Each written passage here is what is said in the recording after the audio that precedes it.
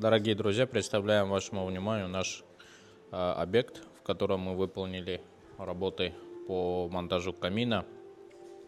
Сейчас проходит у нас этап укладки плитки.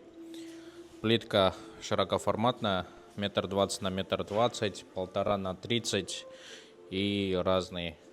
Точно так же камин у нас будет в крупноформатную плитку оформлен. Это труба, которая выходит у нас на улицу. Это приточка будет для камина принудительная. Здесь у нас также будет плитка на полу. Сделали черновой монтаж утеплителя на балкон. Подготавливаем его к чистовому утеплению.